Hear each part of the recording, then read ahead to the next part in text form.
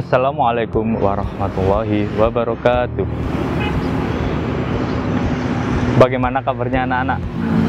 Saya harap kita semua dalam keadaan sehat walafiat, meskipun sekarang dalam masa pandemi COVID-19. Nah, sebelum kita memulai mata pelajaran untuk hari ini, alangkah lebih baiknya kita berdoa terlebih dahulu. Berdoa mulai. A'udzubillahi minasyaitonirrajim. Bismillahirrahmanirrahim. Alhamdulillahirabbil alamin. Arrahmanirrahim. Maliki yaumiddin. Iyyaka na'budu wa iyyaka nasta'in. Ihdinas shiratal mustaqim. Shiratal ladzina an'amta 'alaihim ghairil maghdubi 'alaihim waladdallin. Amin. Bismillahirrahmanirrahim. Allahumma ya man huwa fi ilmihi muhit, wa ya man huwa fi majdihi munir, wa ya man huwa fi lutfihi syarif, ya Hanna ya Mannan, akrimna bi nuril fahmi, wa akhrijna min dhulumatil wahmi, wa arzuqna fahman nabiyyin, wa hifdzal mursalin, wa ilhamal malaikatil muqarrabin, bi rahmatika ya arhamar rahimin, wa sallallahu ala sayyidina Muhammadin alladhil ummi wa ala alihi wa sahbihi wa baraka wa sallam. Amin. Oke, terima kasih. Pada kesempatan kali ini, saya Muhammad Musawimin atau biasa dipanggil sama anak Pak Muso, guru produktif multimedia SMK IPM 8 Sidoarjo, akan menyampaikan materi mata pelajaran teknik pengolahan audio video, di mana mata pelajaran ini khusus untuk anak kelas 3. Nah, dengan topik alur produksi multimedia. Kenapa sih kok alur produksi multimedia? Apa sih pentingnya alur produksi multimedia? Apa sih tujuannya alur produksi multimedia? Nah, kenapa alur produksi multimedia? Karena gini anak-anak ya, sebelum kita membuat sebuah karya, kita itu harus mempersiapkan terlebih dahulu konsep, berkas, dan lain-lainnya. Dan tujuan apa sih alur produksi multimedia itu dibuat? Agar apa? Agar ketika kita membuat sebuah karya itu lebih terarah. Jadi waktu kita tidak terbuang sia-sia. Itu tujuan dari materi alur produksi multimedia. Nah, alur produksi multimedia itu ada 3 anak-anak. Yang pertama ada praproduksi atau pre-produksi. Yang kedua ada produksi. Dan yang terakhir ada post produksi atau pasca produksi. 3 alur ini harus kalian kuasai sebelum kalian membuat sebuah karya. Untuk lebih lengkap atau lebih lanjutnya, yuk kita pindah tempat saja, oke? Nah, kita sudah pindah kan? Tapi di situ nggak ada saya, tapi ada PPT tentang teknik pengolahan audio video. Ya, oke, kita next ya. Nah, alur produksi multimedia tadi sudah saya jelaskan bahwasanya ada 3. Yang pertama, preproduksi atau praproduksi, yaitu apa sih? Proses penuangan ide, gagasan, persiapan konsep untuk sebuah produksi. Ya, next ada yang namanya produksi. Produksi adalah proses pembuatan sebuah karya atau konten. Dan proses yang terakhir adalah post atau pasca produksi, atau biasa yang saya sebut dengan finishing. Nah, ada 5 aspek dalam proses pre atau pra produksi. Yang pertama, pembentukan sebuah tim. Ini sudah saya sederhanakan ya anak-anak.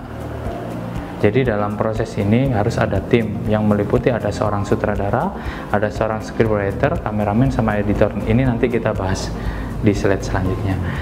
Ya, sinopsis adalah ringkasan dari sebuah cerita. Kalau saya ibaratkan sebuah film adalah ini trailernya, dari potongan-potongan dari sebuah film tersebut dijadikan satu yang berfungsi untuk apa? Untuk membuat orang-orang penasaran sehingga mereka ingin melihat karya atau film tersebut. Next, ada yang namanya narasi.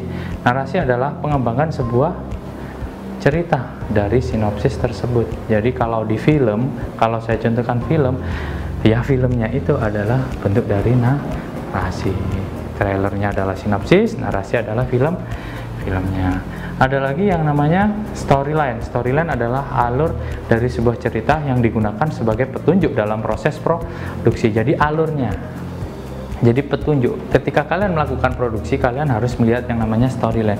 Selanjutnya ada yang namanya schedule. Nah, schedule itu apa sih? Schedule itu ada jadwal proses pembuatan sebuah karya.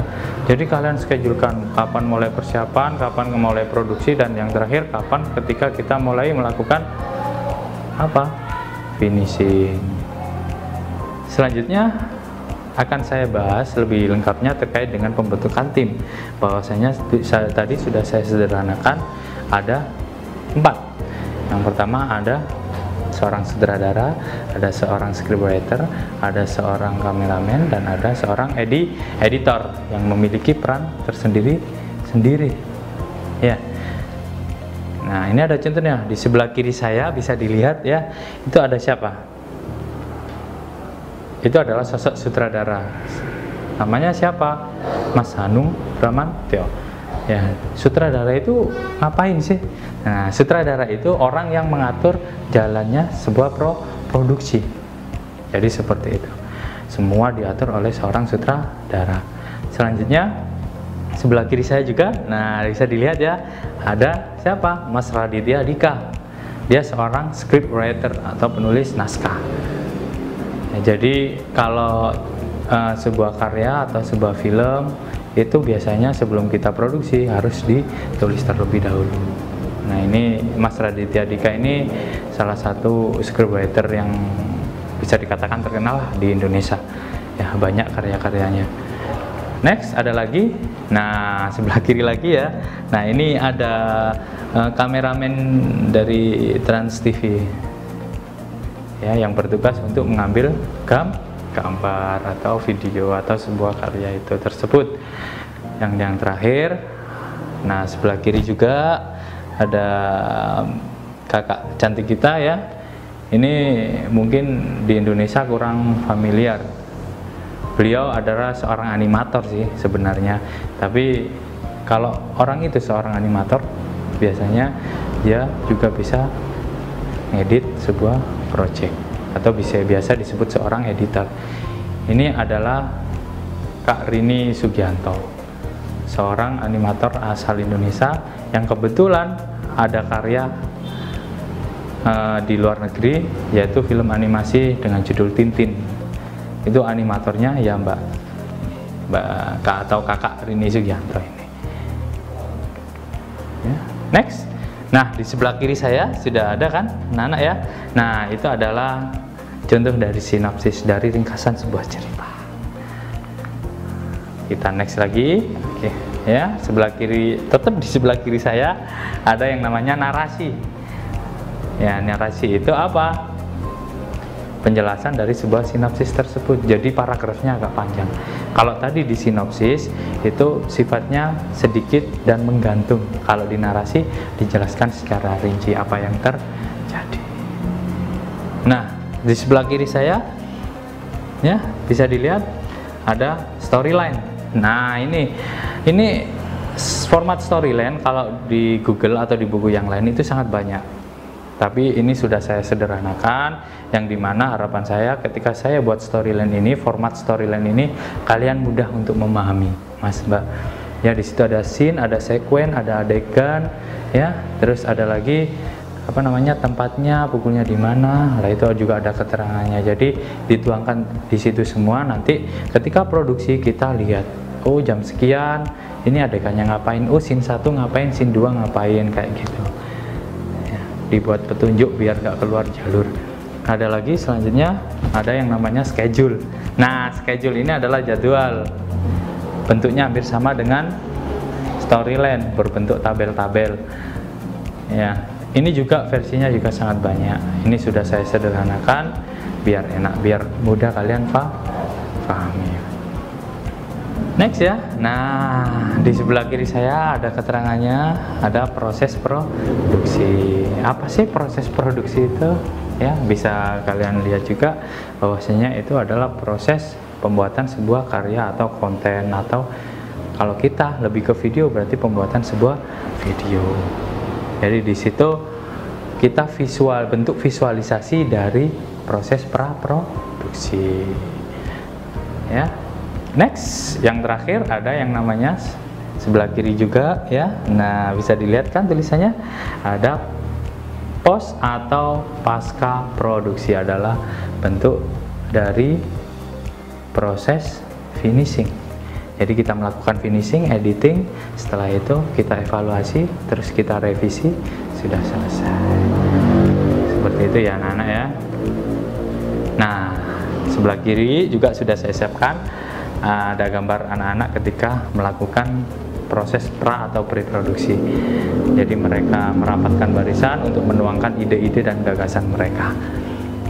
Nah, ada lagi proses ketika mereka produksi ya. Dilihat di sini ya, di sebelah kiri saya ada seorang kameramen sedang mengambil gambar dari seorang pemeran atau talent. Dan yang terakhir ada proses editing. Nah, ini juga ada seorang editor sedang melakukan proses editing sebuah video. Nah, selanjutnya ini yang ingin saya sampaikan ke kalian, bahwasanya kalian kan para pemuda nih anak-anak ya. Kalian harus apa? Mengamati, fahami, mainkan logika kalian. Dan yang terakhir, visualisasikan dalam bentuk sebuah karya. Entah itu karya bisa berupa media cetak atau media rekam, atau dengan karya apapun. Ingat ya, diamati terlebih dahulu, difahami, dimainkan logikanya atau berimajinasi, dan yang terakhir adalah divisualisasikan dalam bentuk sebuah karya. Ingat, belajar paling efektif adalah belajar dengan cara memahami. Pahami materinya, pahami pelajarannya, jelaskan dengan versi kalian masing-masing. Itu akan jauh lebih baik. Ya, seperti itu. Nah, bagaimana anak-anak? Sudah paham kan dengan materi alur produksi multimedia? Sudah mengerti kan seberapa pentingnya alur produksi multimedia? Nah, untuk tugas kalian ya, untuk tugas kalian, tolong dan silakan kalian mencari atau menghubungkan kegiatan kalian yang ada di rumah yang sesuai dengan alur produksi multimedia. Sangat banyak, contohnya ada mungkin memasak, ada bersih-bersih, itu adalah suatu proses alur produksi multimedia ya, seperti itu. Nah, untuk materi yang saya berikan mungkin bisa di-download di link di bawah ini nanti ya, ada linknya, silahkan di-download. Dan mungkin nanti kalau sudah saya upload di YouTube, pasti saya juga sertakan link di deskripsi YouTube channel saya. Nah, mohon maaf jika ada salah kata. Sebelum saya akhiri, marilah kita berdoa terlebih dahulu ya. Bismillahirrahmanirrahim. Allahumma inni astaudiuka ma'allamtanihi fardudhu ilayya inda hajati ilaihi walatun sinihi ya rabbal alamin. Bismillahirrahmanirrahim. Wal asri innal insana lafi khusrin illal ladzina amanu wa amilus solihati wa tawassaw bil haqqi wa tawassaw bis sabr. Shadaqallahul azim. Alhamdulillahirabbil alamin. Saya akhiri. Assalamualaikum warahmatullahi wabarakatuh. Tetap di rumah dan tetap jaga kesehatan.